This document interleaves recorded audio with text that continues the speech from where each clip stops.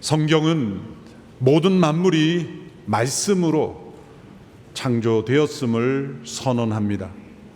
성경은 창조를 증명하려 하지 않고 선포합니다.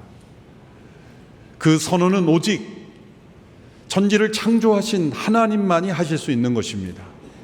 그리고 그 창조를 직접 행하시고 목격하신 하나님만이 증거해 줄 수 있는 것입니다. 그러므로 창세기 1장 1절의 말씀은 성경이 하나님의 영으로 영감된 책임을 우리에게 알려줍니다. 최초의 증인은 오직 하나님 한 분이시기 때문입니다. 하나님은 천지를 말씀으로 창조하셨고, 그리고 그 창조를 우리에게 역사적 기록으로 남겨주셨습니다. 성경에 나타난 창조의 기록은 설화나 신화, 풍요가 아니라 역사적 사실이며 계시입니다. 이것은 믿음으로 받아들이느냐 아니면 받아들이지 않느냐의 문제만 남을 뿐입니다. 사람들은 어떻게 창조가 가능하냐 과학적 질문으로 탐구해 보지만 그 어떠한 과학적 실험이나 논리로도 이 창조는 다 이해될 수 없습니다. 사람들은 자신이 이해할 수 없고 또 알지 못하면 사실이 아니라고 주장합니다. 그것은 교만에서 나온 어리석은 것뿐입니다. 과학은 깨달은 것보다 깨닫지 못한 것이 더 많다는 것을 우리에게 알려줄 뿐입니다. 성경은 어떻게 창조가 이루어졌는가 보다 왜 이 창조가 이루어졌는가에 초점을 두고 설명하고 있습니다.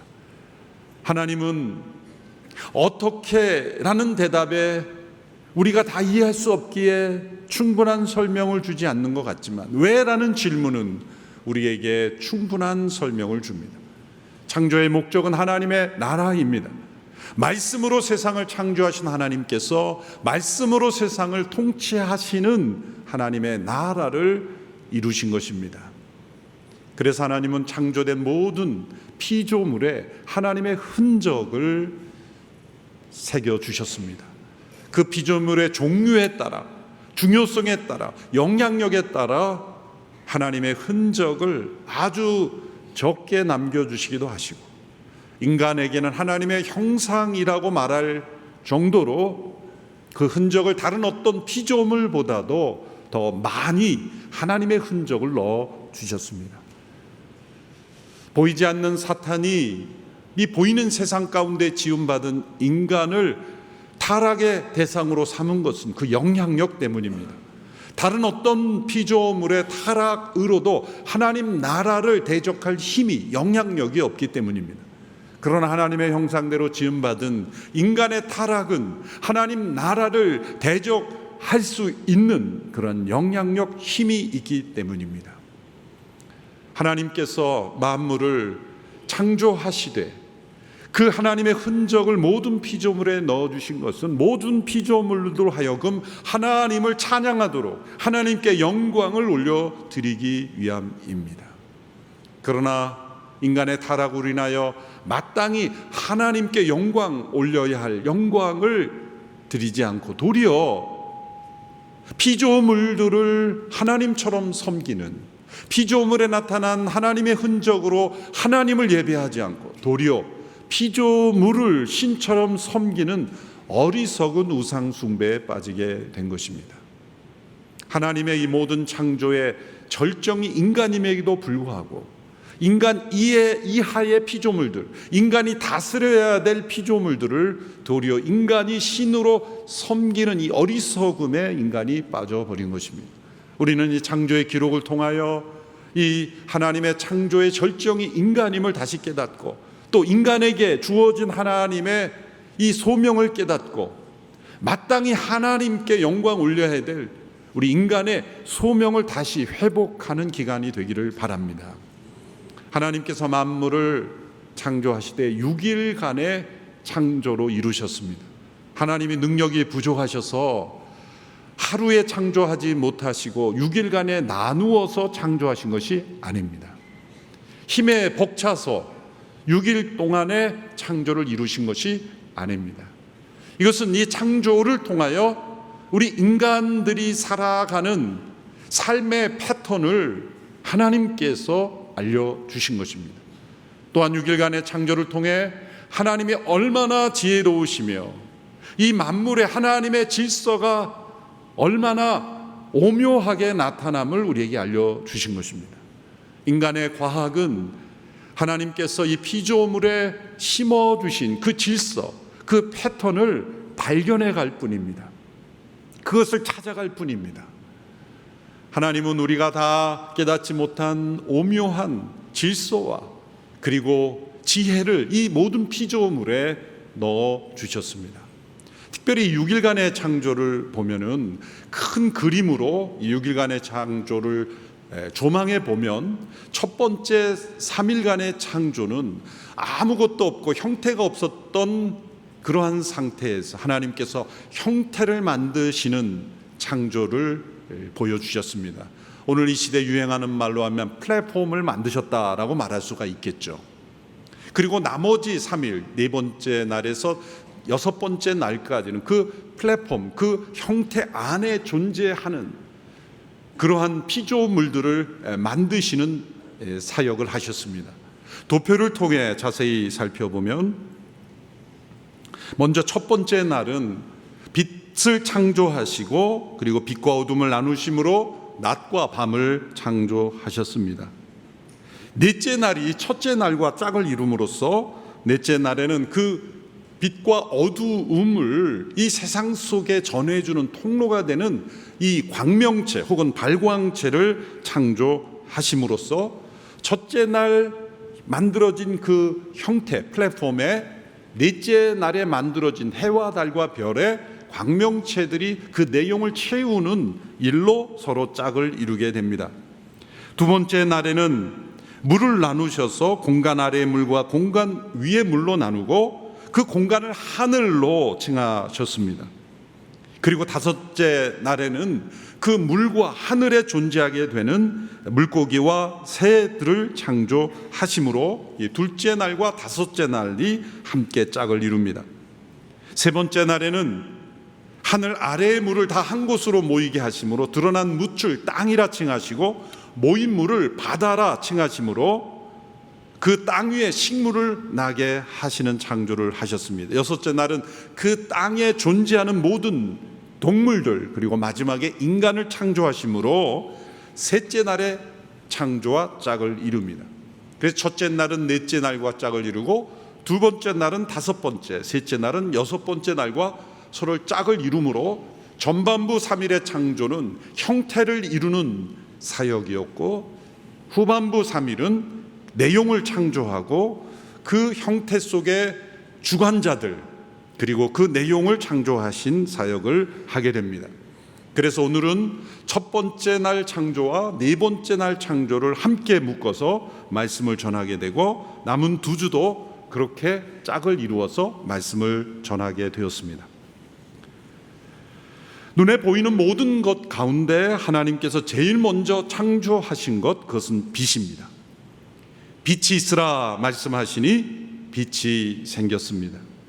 이 빛은 태양으로부터 나오는 빛이 아닙니다. 태양은 네 번째 날에 가서야 창조됩니다. 그러므로 이 빛은 태양이 있기도 전에 먼저 존재하는 빛이므로 태양으로부터 오는 태양의 빛이 아니라 도리어 태양을 빛나게 하는 태양이 불타오르면서 그 태양이 열과 그 빛을 발할 수 있도록 태양의 빛을 부여하는 빛이다라는 것입니다. 하나님께서 왜 제일 먼저 이 빛을 창조하셨을까요? 앞서 말씀드린 대로 모든 피조물에는 하나님의 흔적이 담겨 있다고 말했습니다. 첫 번째 창조된 빛이 왜 첫 번째 피조물일까요? 그것은 하나님 그분의 속성이 빛이기 때문입니다. 요한일서 1장 5절의 말씀에 하나님은 빛이시라고 말씀하셨습니다. 야고보서 1장 17절에도 빛들의 아버지이시다. 아버지란 단어는 근원이라는 뜻이죠. 디모데전서 6장 16절의 말씀은 가까이 갈 수 없는 빛으로 하나님을 묘사합니다. 신약 성경에 하나님은 무엇이다라는 속성을 말할 때 두 가지가 나옵니다. 요한일서에 하나님은 사랑이시라, 그리고 하나님은 빛이시라고 하는데 먼저 나오는 것이 빛이십니다. 요한일서 1장에 하나님은 빛이시라.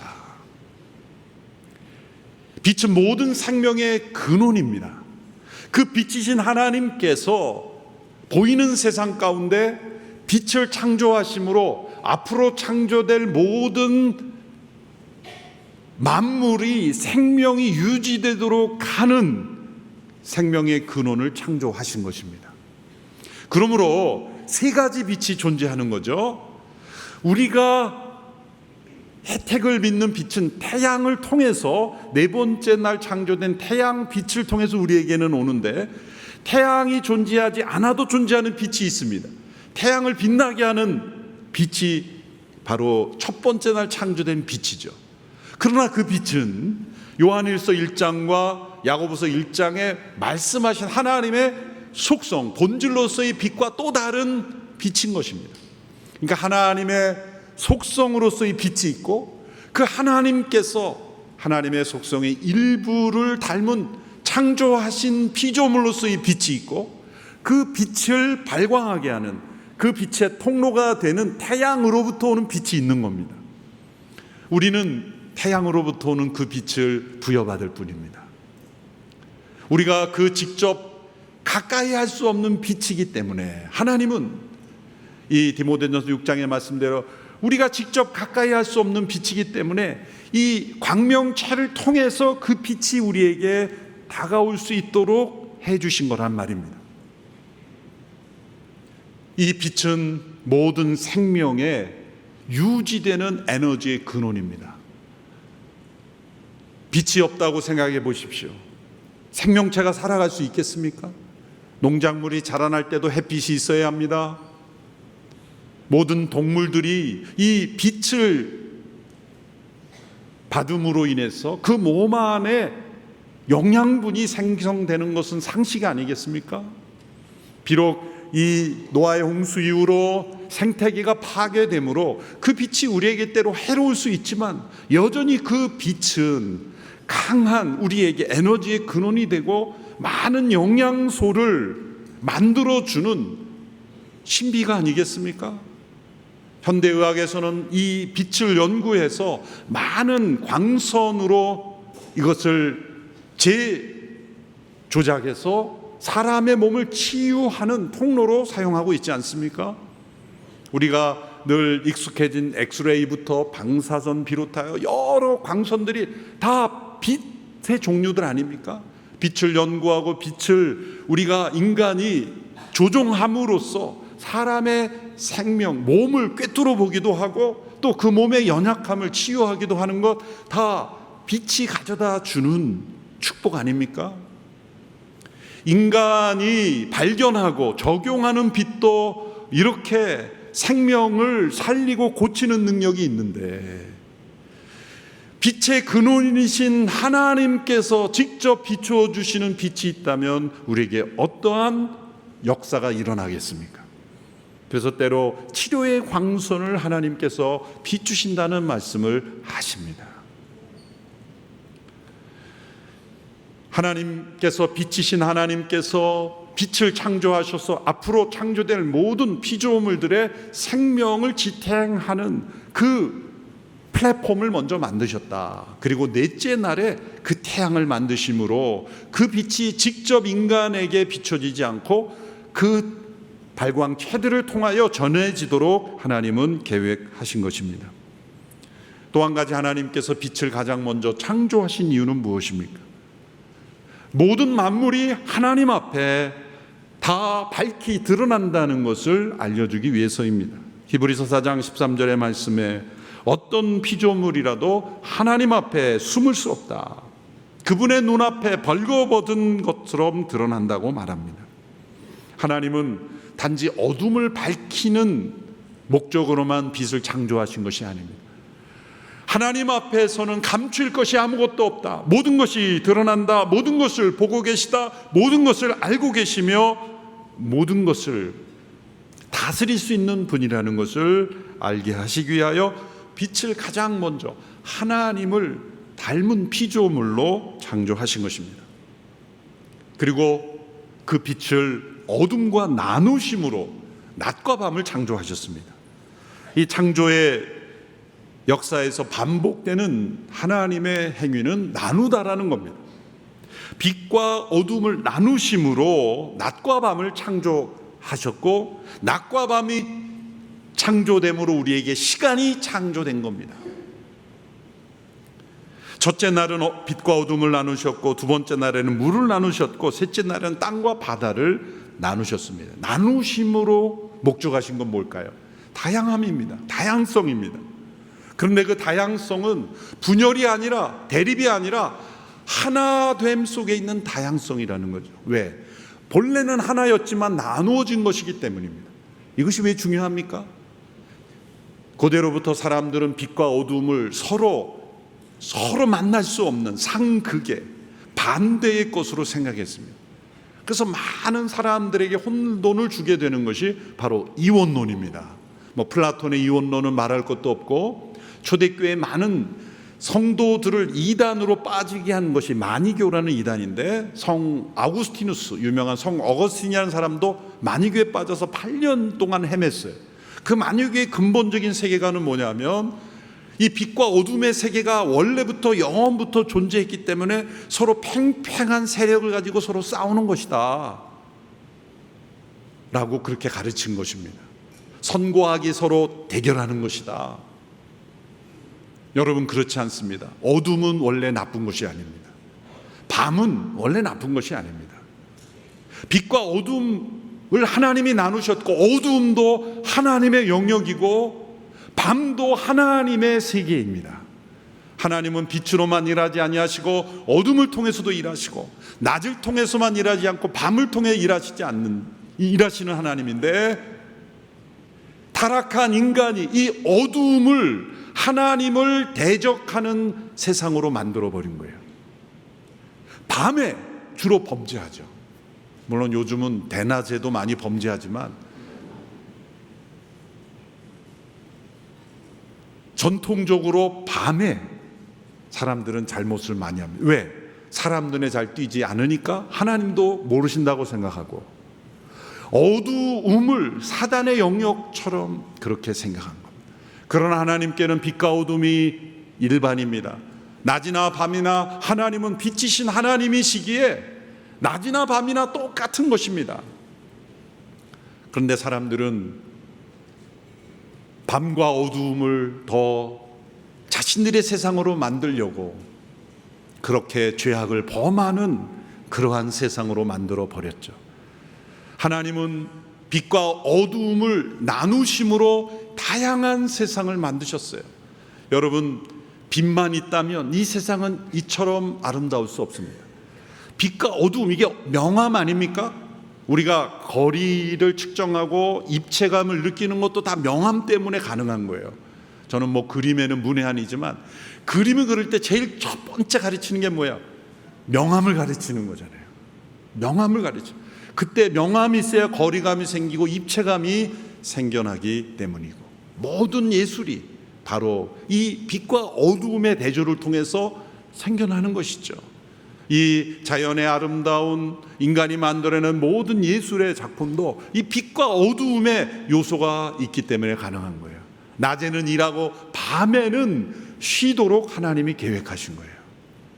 어두움의 축복은 무엇입니까? 우리에게 이 쉼을 통해서 회복을 가져다 주는 거죠. 그런데 인간들은 타락한 이후로 낮에 일하지만 밤에도 일하는 거예요. 그래서 인공 조명을 만들어서 밤도 낮인 것처럼 그렇게 착각하게 만드는 거죠. 제가 조명을 다 없애야 된다는 원시 사회를 추구한다는 게 아니에요. 지나친 인간이 밤을 없애려고 하는 것은 하나님의 창조 질서를 거스르는 것일 수 있다는 거예요. 밤이 오면 인간은 수동태가 되고 어둠 속에서 자신을 내려놓을 줄 알아야 되는데, 밤도 낮처럼 바꾸는 것은 매우 위험합니다. 그래서 심지어는 동물들도 이 밤을 없애고 잠을 안 재우고, 이렇게 양계장 같은 데 보면은 불을 다 켜놓죠. 왜냐하면 낮은 것처럼 해야 닭들이 계속 알을 낳는 거예요. 어떤 의미에 좀 학대죠. 쉼이 없이 돌아가는 이 세상을 사람들은 만들어가는 것입니다. 사람들을 이 인공 조명에 두고 어두운 밤을 경험하지 못하게 하면 인간은 죽을 수도 있어요. 그래서 미국의 어느 주인가요, 이 자연 속에 치유하는 그런 어떤 공동체에서는 해가 지면 무조건 쉬게 하고 아무것도 하지 않고 어두움 속에 들어가게 하는 거예요. 놀랍게도 그게 자연 치유를 가져다 준다는 얘기가 있어요. 그처럼 하나님은 빛과 어두움을 나누시고 다양한 세상을 창조하실 수 있는 기반을 만드시고 낮과 밤을 통하여, 낮에는 일하고 밤에는 쉼을 통하여 이 시간의 흐름 속에 인간이 하나님의 창조 질서대로 살게 하셨습니다. 그리고 하나님 보시기에 좋았더라 말씀하셨습니다. 보시기에 좋았다라는 것은 하나님의 의도대로 그대로 이루어졌다. 그래서 보시기에 좋았다라는 말씀과 함께 나오는 것이 그대로 되었다라는 말씀이 반복되어 나옵니다. 하나님이 의도하신 대로, 그리고 말씀하신 그대로 이루어졌고, 하나님은 창조된 모든 것을 주목하여 보고 계시다는 것입니다. 이것이 첫째 날입니다. 빛을 창조하시고 빛과 어둠을 나누시고 낮과 밤을 창조하심으로 시간이 창조되고 새로운 날이 창조된 것입니다.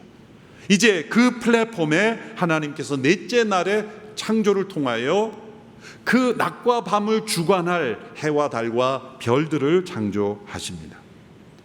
이 광명체에 주어진 책임은 무엇입니까? 인간이 규칙적으로 살아갈 수 있는 그러한 시간의 흐름을 느낄 수 있도록 해주는 그런 계절을 우리에게 허락하시기 위함이죠. 14절의 말씀을 보십시오. 1장 14절입니다. 하나님께서 말씀하시기를 하늘 공간에 빛들이 생겨 낮과 밤을 나누고 절기들과 날짜들과 연도들을 나타내는 표시가 되게 하라. 낮과 밤을 깨닫게 할 뿐만 아니라 이 해와 달들의 별을 통하여 이제 이 시간의 흐름만 아니라 공간의 흐름까지 우리가 경험할 수 있게 하셨다는 거예요. 누구를 위해서? 모든 피조물의 조화이지만 핵심은 인간들을 위해서입니다. 하나님은 그 결과 우리가 매일마다 내일이라고 부를 수 있는 날이 창조된 것입니다. 사람들은 그런데 이 해와 달과 별들을 보면서 강렬하게 타는 그 태양빛을 보면서 태양을 두려워하고, 그래서 태양을 신처럼 섬기죠. 밤에 달을 보고 그 신비함 속에 매료되어 그 달을 섬깁니다. 그래서 그리스 로마에 보면은 시대에는 태양신들을 많이 섬겼죠. 또 지금의 이슬람권에 있는 이 중동의 사막 지역에 보면 대개 달을 섬깁니다. 그래서 여러분, 이 세계에서 탄으로 끝나는 나라들이 꽤 많죠. 우즈베키스탄, 아프가니스탄, 파키스탄, 키르기스탄, 우즈베키스탄. 탄자로 끝나는 나라는 대개 다 달신을 섬기는 그러한 후예들입니다. 그리고 그 나라들의 국기를 보면 항상 초승달이 있어요. 이게 달을 신으로 섬기는 그런 문화예요. 거슬러 올라가면은 아브라함도 갈대아 우르에서 바로 달신을 섬기는 우상의 문화 속에 살았던 사람이에요. 해와 달과 별들이 왜 만들어졌습니까? 인간들이 그 표시를, 이 시간의 흐름을 깨닫고 날과 그리고 날짜들의 분별을 위해서 하나님이 만들어주신 우리를 위한 하나님의 작품인데도 인간은 그 해와 달과 별들을 보며 창조주 하나님을 예배하지 않고 도리어 태양을 섬기고 달을 섬기고 별을 섬기는 그런 우상에 빠져버린 것입니다. 얼마나 어리석은 것입니까?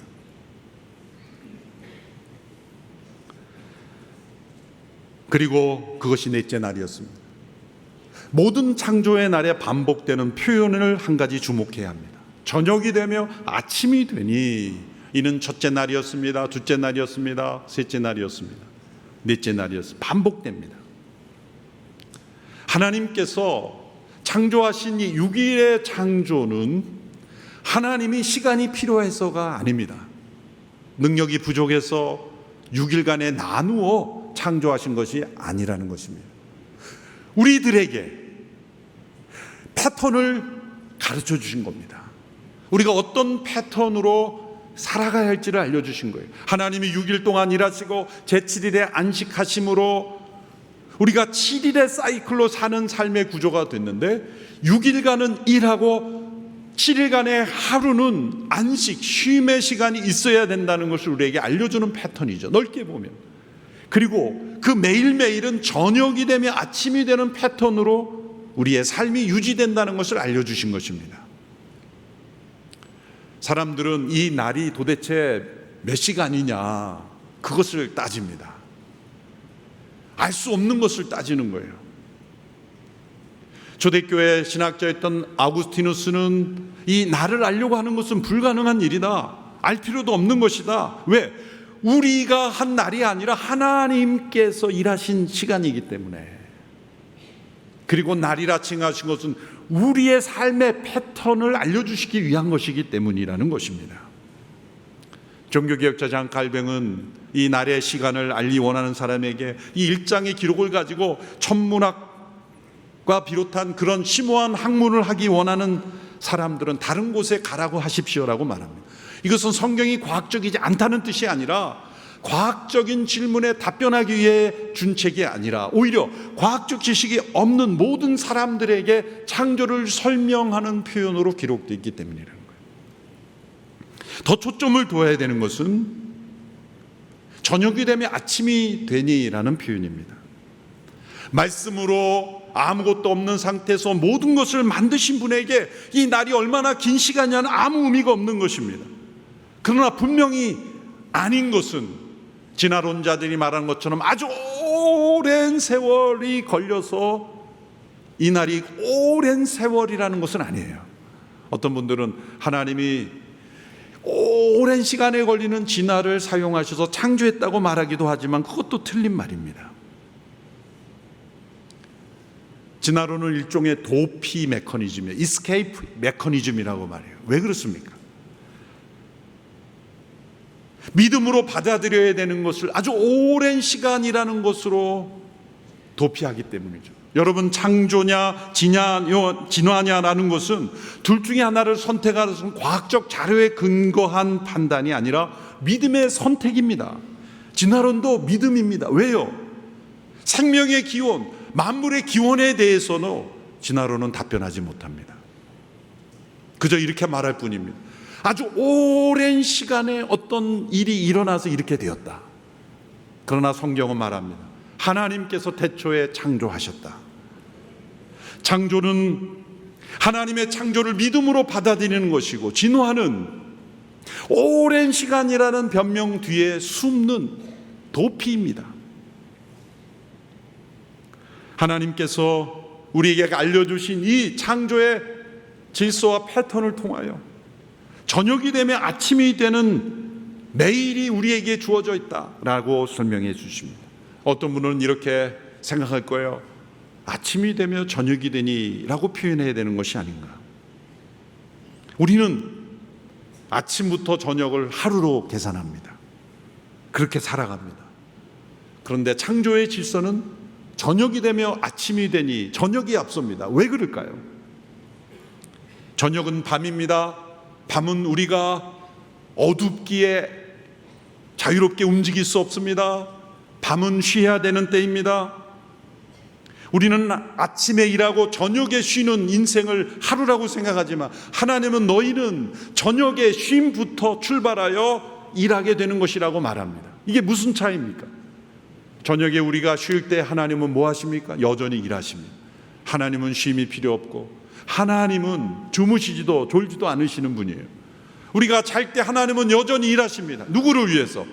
우리 자신을 위해서. 우리가 아침에 깰 때, 우리가 아침에 나 혼자 하루를 시작하는 것이 아니라 하나님이 내가 잠들어 있을 때 먼저 시작하신 하루를 우리는 아침에 깨어서 시작하는 거예요. 그래서 아침에 깰 때 하나님께 이렇게 기도하며 시작하면 하나님이 기뻐하실 거예요. 하나님은 밤새 뭐 하셨습니까? 제가 그걸 따라가기를 원합니다. 나를 위해 밤마다 일하시는 그 하나님, 앞서가시는 하나님을 따라 아침마다 그 하나님의 음성에 귀를 기울이며 그 창조주 하나님이 나를 위해 일하시는 것을 믿고 우리는 아침마다 순종하며 나가는 겁니다. 하나님의 시간표는 매우 단순합니다. 저녁이 되며 아침이 되니 우리는 24시간을 시간으로 나누고 분으로 나누고 초로 쪼개가지고 시계를 보며 조바심을 가지고 살아가지 않습니까? 우리의 삶이 얼마나 여유가 없어졌고 이 시간 속에 우리가 얽매여 사는 인생이 되지 않았습니까? 하나님은 저녁이 되면 아침이 되니 하나님 중심의 삶을 살아야 한다는 것을 우리에게 말씀하고 있습니다. 매일매일의 내일이 우리에게 주어졌습니다. 내일 아침이 우리에게 주어졌을 때 그것은 내가 주도하여 시작하는 하루가 아니라 저녁에 내 인생을 앞서 준비하시는 하나님의 손을 붙잡고 시작하는 아침이 되어야 한다. 그런 내일이 되는 우리의 삶이 되기를 축원합니다. 하나님이 창조하신 이 피조세계에 가득한 하나님의 흔적을 보고 하나님을 날마다 찬양할 수 있게 되기를 바랍니다. 우리에게 저녁이 되며 아침이 되게 하시는 창조주 하나님을 따라 순종하며 살아가는 우리의 삶이 되기를 축원합니다. 참 아름다워라 주님의 세계는, 이 찬양을 함께 부르고 말씀을 맺도록 하겠습니다.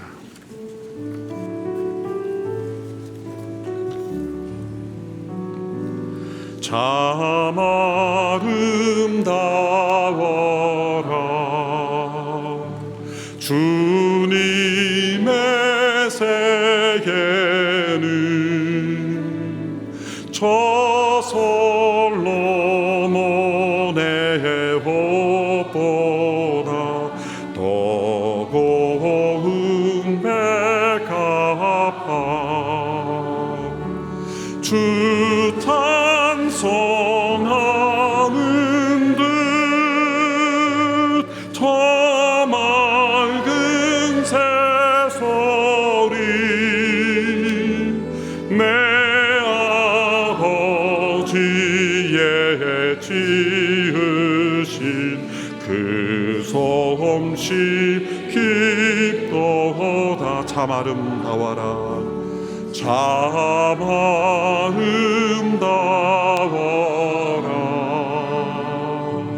주님의 세계는 저 아침 해와 저녁 노을 밤하늘 빛난 별 망망한 바다와 늘 푸른 봉우리 다 주 하나님 영광을 잘 드러내도다. 참 아름다워라 참 아름다워라